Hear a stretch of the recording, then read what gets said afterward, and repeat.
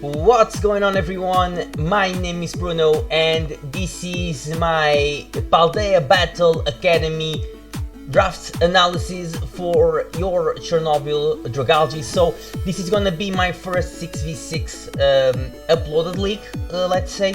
And thanks for Jack for inviting me. Really excited to start playing, especially on the 6v6 league. We just recently finished the League of Extraordinary Trainers Paldean Premier, which was a pretty good run, finishing at top 4. Now we are moving into a 6v6 league with 32 players that were divided into 4 pools of 8, and we had to draft between 9 and 12 Pokemon.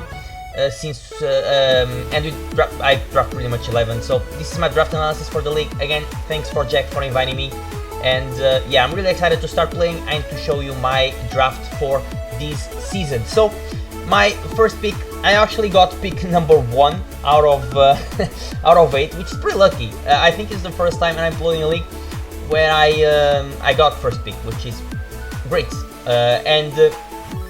The better news is Flutter main is allowed. So you guys already know that Flutter main is broken, so I decided to just grab Flutter main round 1, which it's really good Pokemon, banned in like a lot of leagues because its typing is amazing.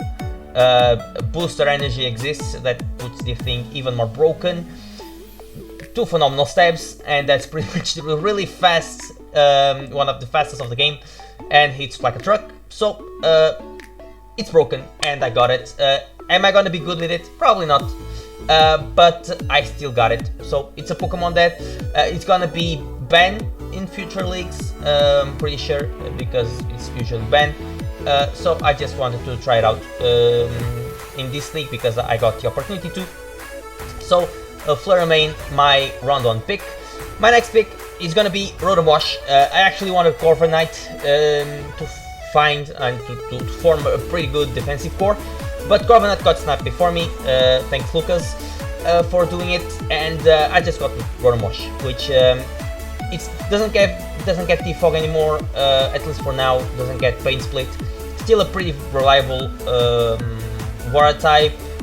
With Volt, like electric type that eats ground types with water moves, is always great, and it's a pretty decent Pokemon, and I think it pairs well here. It's gonna give me some nice momentum, some nice pivoting, which I think is really important in this meta. So yeah, I'll take my Rotom-Wash. And to pair with Rotom-Wash, I grabbed Clodsire. So Clodsire here, really bulky, gives me rocks, toxic spikes, unaware, which I think is phenomenal against a meta that has lots of kinds of setup. Clodsire is amazing. Really nice abilities in Water Absorb as well. So not only unaware, but Water Absorb I think is really viable because it removes one of Clodsire's weaknesses.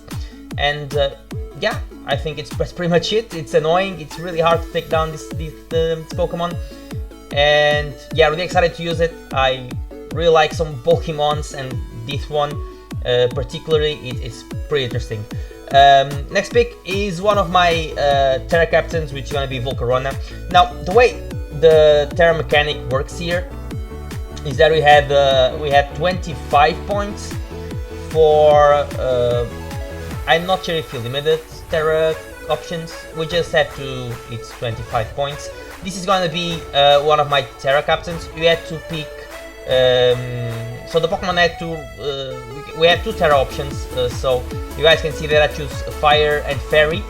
One of the options had to be one of the Pokemon original steps, so I choose Fire, and we had to pick another for free, which I picked Fairy. I was tied between Fairy or Water. I decided to go with Fairy because I think for Dragons I think it's better, and Terra Fairy is actually really strong, so I've decided to go with Terra Fairy. And yeah, Volcarona, Quiver Dance, and tries to go for sweeps. I love some Volcarona. I love to use the thing in Generation 8, and I'm pretty sure I will love it to use in Generation 9, especially with the Terra mechanic. I think it fits perfectly well. This Pokemon is even more powerful with the Terra option. Next up, we decided to grab the Noivern here. So Noivern here gives me Flying Dragon, gives me speed, gives me other control with Defog, and momentum with U-turn. So I tried to, it's one of the few Pokemon that can actually give me that. So pivoting, other removal, I think it's two important things in this meta, because there's a lot of Pokemon with hazards. Pivoting is really important, so you can try to take advantage, especially of Pokemon like Flutter main, Setup, Volcarona. Pivoting is really important, and Noivern gives me that. So still has some nice coverage with like Flamethrower. Super Fang is really nice. Gets rules for longevity, so really nice Noivern here. Boom Burst is not a Terra captain, but Boom Burst is really strong as well. So really nice Pokemon to try to use here. And yeah, I have experience with Noivern. It's just trying to use it for the first time in Generation 9. Next, I actually grabbed King Gambit. So it gives me a Steel and Dark. I know that King Gambit works perfectly well with Terra. I just couldn't fit Volcarona and King Gambit as Terra captains. So I just decided to go with Volcarona because I think I'm going to use Volcarona more than I'm going to use King Gambit. And Volcarona really benefits from the Terra option. King Gambit here can work without Terra, gives me Stealth Rocks, gives me Swords Dance, the ability in, what's called, the ability, Supreme Overlord is really powerful. So the thing can actually work even without the Terra. Of course there's a lot of Pokemon with Fighting Stab. The thing can actually take some Fighting Stab depending on the Pokemon. If it's like a Tinkaton, it can take actually 2 if it's max HP, so that's always nice. And still hits really hard. So yeah, that's pretty much King Gambit here. Gets priority Sucker Punch, which is always nice, and Defiant can actually be an option as well. Next up, I've decided to go with Ariyama. I really love Ariyama so far this generation. Thick Fat is great, Guts is great as well, and the thing is so bulky with an Assault Vest. It would be a nice Terra option as well, but cost me. I couldn't do that again with Volcarona. So just a normal fighting type, not a normal fighting type, it's just a usual fighting type, regular fighting type with some nice options. Bullet Punch for priority, Fake Out, Flame Orb, Facade, Assault Vest, and they think it's really hard and can be really bulky at the same time. So yeah, really excited. I really like Ariyama this generation. I think it works really well with a lot of Pokemon. A lot of some new Pokemon. Again, some of new Pokemon, I think it works perfectly well. Next up, I decided to grab Cryogonal as my second Terra Captain. So it gives me, I decided, of course, I have to stay with Ice, and I picked Fire, so the thing can finally hit Steel types. So with the thing actually being able to hit Steel types, like it gets Freeze Drive for Waters and Terra Blast for Steel types. So pretty much, Fire types are pretty much the only switching to the thing.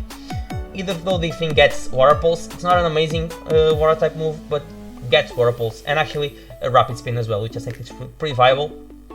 Getting Rapid Spin, another way to remove hazards. So gives me some speed. It's a nice Terra Captain to pair with Volcarona. So not only I don't really need to go Volcarona every single week. The thing can actually pair well with the Terra Fire.